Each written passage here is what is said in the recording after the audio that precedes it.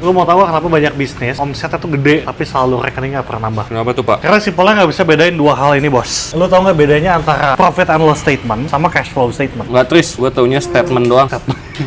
Statement Coach Justin taunya ya. Ibarat gua pedagang buku, gua beli ke supplier, harga bukunya tuh 5.000. Gua beli 10 dah, gua keluar duit 50.000. Di bulan pertama, gua jual tuh dengan harga 8.000. Berhasil jual 5. Dapat omset berapa? 40.000. Pertanyaannya, untung atau rugi? Rugi minus 10.000. Itu kesalahan pemula, Pak. Kita breakdown. Dapat revenue 40.000 ya. Dikurangin sama KPP 5 dikali 5.000, 25.000. Kurangin. Harusnya kita dapat untung 15.000. Jadi pertanyaannya untung atau rugi? Untung, cuma kalau balik ke yang tadi, yang 50-40 tetap rugi. Jadi untung atau rugi? Bingung, Tris. Gini, itu tuh yang dinamakan P&L, profit and loss. Kedua, ada cash flow statement. Uang masuk dan uang keluar, duit kita nambah atau enggak, cash kita tuh nambah atau kurangin. Simpelnya kayak gitu. Pertama, duit keluar berapa? 40.000 ya. Duit masuk 40.000, minus 10.000 dong. Jadi pertanyaannya untung atau rugi? Rugi dong.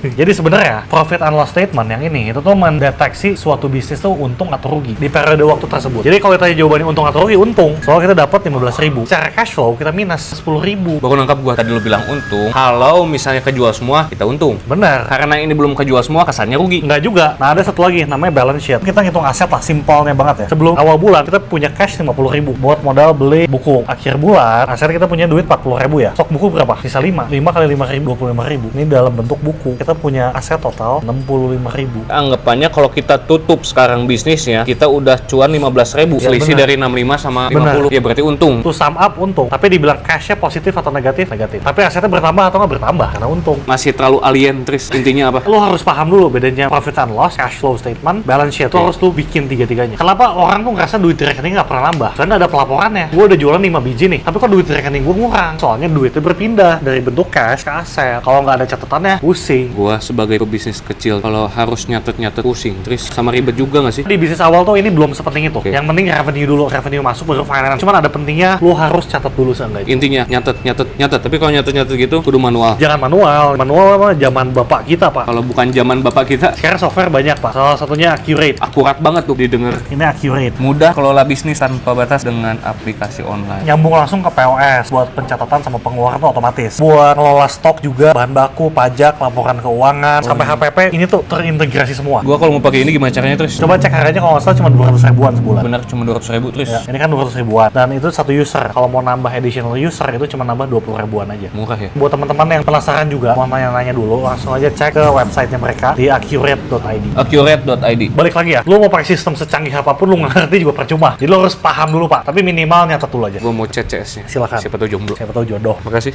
Ya.